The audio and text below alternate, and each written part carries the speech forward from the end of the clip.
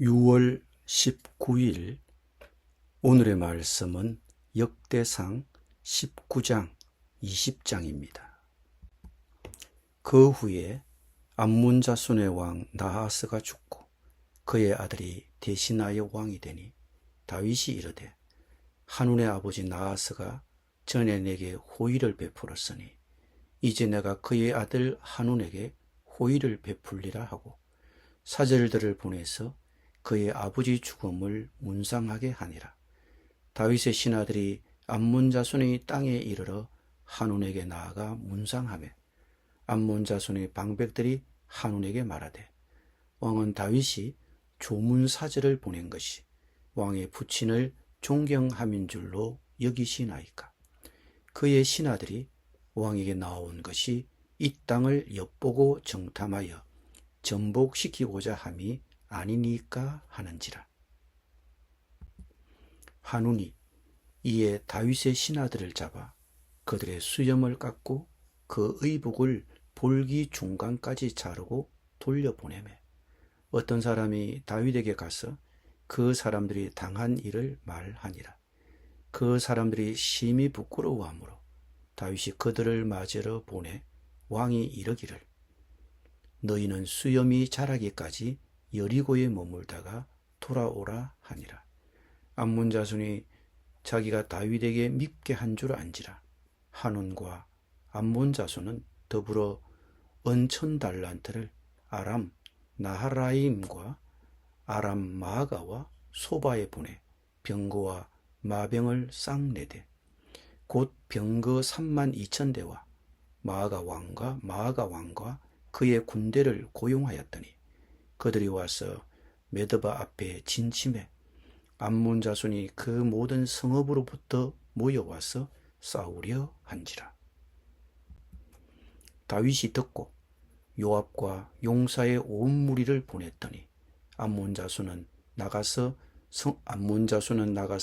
성문 앞에 진을 치고 도우러 온 여러 왕은 따로 덜에 있더라. 요압이 앞뒤에 친 적진을 보고 이스라엘에서 뽑은 자 중에서 또 뽑아 아람 사람을 대하여 진을 치고 그 남은 무리는 그의 아우 아비새의 수하에 맡겨 암몬 자손을 대하여 진을 치게 하고 이르되 만일 아람 사람이 나보다 강하면 네가 나를 돕고 만일 암몬 자손이 너보다 강하면 내가 너를 도우리라. 너는 힘을 내라. 우리가 우리 백성과 우리 하나님의 성읍들을 위하여 힘을 내자. 여호와께서 선히 여기시는 대로 행하시기를 원하노라 하고 요압과 그 추종자가 싸우려고 아람 사람 앞에 나아가니 그들이 그 앞에서 도망하고 암몬 자손은 아람 사람이 도망함을 보고 그들도 요압의 아우 아비새 앞에서 도망하여 성읍으로 들어간지라. 이에 요압이 예루살렘으로 돌아오니라. 아람 사람이 자기가 이스라엘 앞에서 패하였음을 보고 사신을 보내 강 건너편에 있는 아람 사람을 불러내니 하닷 에셀의 군대 사령관 소박이 그들을 거느린지라. 어떤 사람이 다윗에게 전하매 다윗이 온 이스라엘을 모으고 요단을 건너 아람 사람에게 이르러 그들을 향하여 진을 치니라. 다윗이 아람 사람을 향하여 진을 치매 그들이 다윗과 맞서 싸우더니 아람 사람이 이스라엘 앞에서 도망한지라. 다윗이 아람 병거 7,000대의 군사와 보병 40,000명을 죽이고 또 군대 지휘관 소박을 죽이매 하닷 에셀의 부하들이 자기가 이스라엘 앞에서 패하였음을 보고 다윗과 더불어 하친하여 섬기고 그 후로는 아람 사람이 암몬 자손 돕기를 원하지 아니하였더라. 해가 바뀌어 왕들이 출전할 때가 되매 요압이 그 군대를 거느리고 나가서 암몬 자손의 땅을 격파하고 들어가 랍바를 에워싸고 다윗은 예루살렘에 그대로 있더니 요압이 랍바를 쳐서 함락시키매 다윗이 그 왕의 머리에서 보석 있는 왕관을 빼앗아 중량을 달아보니 금 1달란트라. 그들의 왕관을 자기 머리에 써니라. 다윗이 또 그 성에서 노략한 물건을 무수히 내어오고 그 가운데 백성을 끌어내어 톱과 쇠도끼와 돌서래로 일하게 하니라. 다윗이 암몬 자손의 모든 성읍을 이같이 하고 다윗이 모든 백성과 함께 예루살렘으로 돌아오니라. 이후에 블레셋 사람들과 게셀에서 전쟁할 때에 후사 사람 십부게가 키가 큰 자의 아들 중에 10배를 쳐 죽이매 그들이 항복하였더라. 다시 블레셋 사람들과 전쟁할 때에 야일의 아들 엘하난이 가드 사람 골리앗의 아우 라흐미를 죽였는데 이 사람의 창자루는 배틀채 같았더라. 또 가드에서 전쟁할 때에 그곳에 키 큰 자 하나는 손과 발에 가락이 6씩 모두 24이 있는데 그도 키가 큰 자의 소생이라. 그가 이스라엘을 능욕함으로 다윗의 형 시므아의 아들 요나단이 그를 죽이니라. 가드의 키 큰 자의 소생이라도 다윗의 손과 그 신하의 손에 다 죽었더라. 아멘.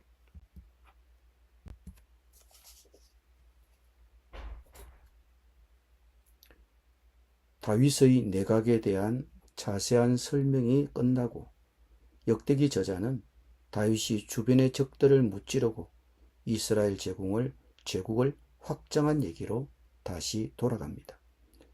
암몬 사람들의 영토는 요단강 건너 예루살렘 동쪽에 위치해 있었습니다. 이처럼 가까운 곳에 있었기에 그들과 좋은 관계를 유지하는 것이 매우 중요했습니다. 사무엘하 11장에서 나하스 왕은 사울의 적이었으므로 그가 다윗의 동맹이었던 것은 당연한 일입니다.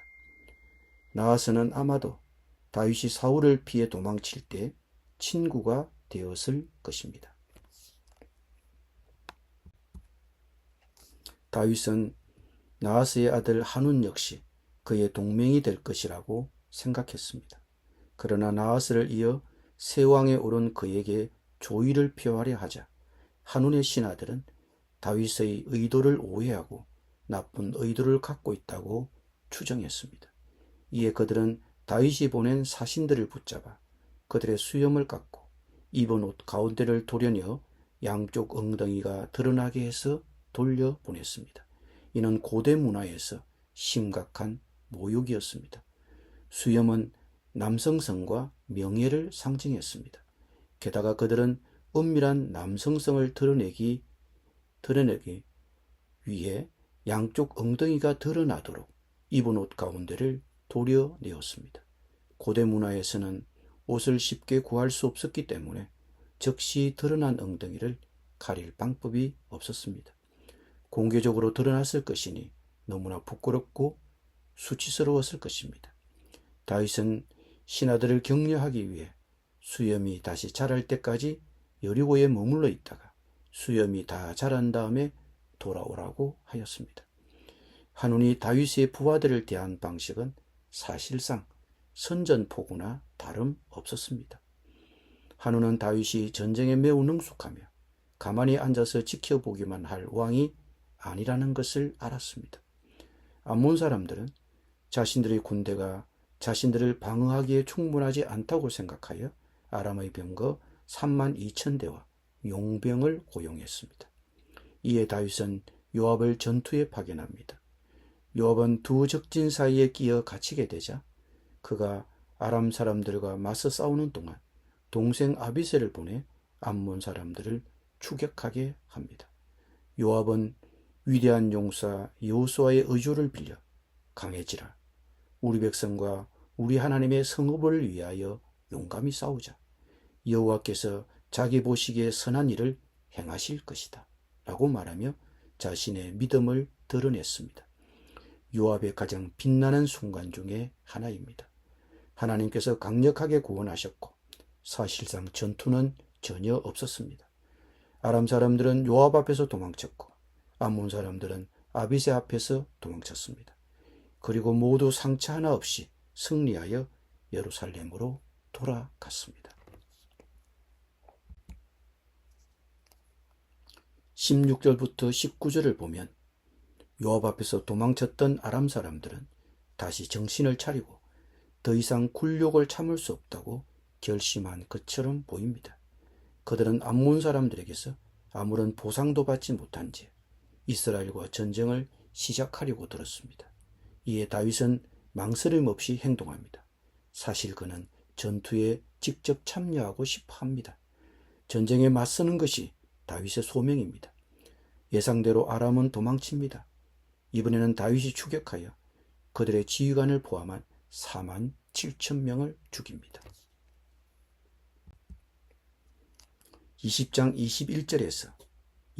1절에서 역대기 저자는 다윗은 예루살렘에 남아 있었다고 기록합니다. 그러나 예루살렘에 남아있던 다윗에게 무슨 일이 일어났는지에 대해서는 언급하지 않습니다. 다윗의 밧세바 간음 사건은 이때 일어났습니다. 역대기는 이스라엘에 대한 하나님의 오랜 관심과 자기 백성 가운데 임재하시는 하나님을 상징하는 성전에 초점을 맞추어 쓰였기 때문에 이 이야기는 배제한 것 같습니다. 다윗과 밧세바의 이야기는 그 목적에 적합하지 않았습니다. 이 장과 다음 장 사이에 일어난 압살롬의 반역도 아마 같은 이유로 생략되었을 것입니다. 역대기 저자는 이 제약으로 가득 찬 이야기를 모두 건너뛰고 승리의 이야기로 바로 나아갑니다. 역대기 저자의 목적은 이스라엘에게 미래의 희망을 제시하는 것이며 그 희망은 오직 다윗의 혈통에게서만 올 수 있습니다. 이스라엘을 두 번째 공격하기로 결정한 어리석은 암몬 사람들의 이야기가 이어집니다. 그들은 이번에는 아람 사람들의 도움 없이 싸우려고 합니다. 다윗은 암몬 사람들을 물리치고 그 백성들을 강대 노역에 동원했습니다. 그는 암몬 왕의 머리에서 왕관을 벗겨 자신의 머리에 썼습니다. 왕관의 무게가 약 33kg, 75파운드나 될 정도로 거대했습니다. 다윗과 블레셋 사람들의 관계는 성경 곳곳에 얽혀 있습니다. 역대기 저자는 기한한 백성들에게 심오한 사실을 깨닫게 하고자 합니다. 다윗이 이 무시무시한 거인들을 상대로 거둔 승리는 단순한 군사적 업적이 아니라 하나님의 예언의 성취였습니다. 사무엘이 사울에게 기름을 부어 왕으로 삼았을 때 하나님은 그가 내 백성을 블레셋 사람의 손에서 건져낼 것이라고 약속하셨습니다. 그러나 하나님께서 이 약속을 성취하신 사람은 사울이 아니라 다윗이었습니다. 다윗의 용사들은 블레셋 사람들과 그들의 거인 용사들을 세 차례의 전투에서 물리쳤습니다. 주목할 점은 같은 역사를 기록한 사무엘하 21장에서는 거인들에 대한 4번의 승리가 기록되어 있다는 것입니다. 역대기 저자가 왜 한 가지를 빠뜨렸을까요? 아마도 거인 이스비녹과의 전투에서 다윗이 약해졌기 때문일 것입니다. 그는 지쳐 아비새에게 구출을 요청하고 거인을 처치해야 했습니다. 이 아슬아슬한 상황 이후 다윗의 부하들은 더 이상 그에게 전투에 참여하지 말라고 간청했습니다. 역대기 저자는 다윗의 승리를 단순히 기록한 것이 아니라 그 승리를 감동적으로 다듬었습니다. 그는 지치고 낙담한 사람들에게 다시 믿음을 불어넣을 이야기들을 선택했습니다. 그의 간증은 단순히 과거에 대한 것이 아니라 미래를 위한 것이었습니다. 마찬가지로 우리는 우리의 삶 속에서 하나님의 승리를 기록하고 다시 이야기하도록 부름받았습니다. 나의 신앙 이야기, 바로 나의 신앙 이야기는 하나님의 위대한 이야기의 일부입니다. 미래 세대에게 그 이야기를 전하고 상기시키십시오. 그리고 다윗의 간음 사건은 그가 전쟁에 나가는 대신 예루살렘에 남아있던 때에 일어났습니다. 그는 왕궁에 남아있었고 요압을 보내 군대를 이끌게 했습니다. 아무것도 하지 않은 바로 그때 그는 밧세바를 범하는 죄를 저질렀습니다. 다윗은 본래 있어야 할 곳, 즉 싸움터에 나가 자신의 소명을 따르고 있지 않았습니다. 목표를 잊어버리고 전쟁터에서 물러나 왕궁에 있었습니다. 그러다 보니 그에게는 시간이 너무 많았습니다. 이 중요한 시기에 그는 유혹에 취약해졌습니다.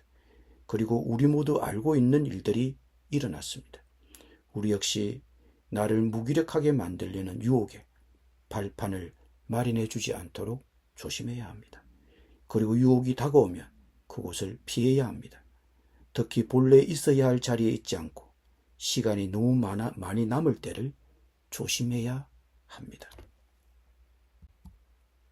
기도드립니다. 주님, 유혹에 넘어가지 않도록 우리를 지켜주옵소서. 아무것도 하지 않아 시간이 많이 남아 무기력해지지 않도록 우리를 도와주옵소서. 그때 유혹에 취약할 수 있다는 것을 깨닫게 하여 주옵소서.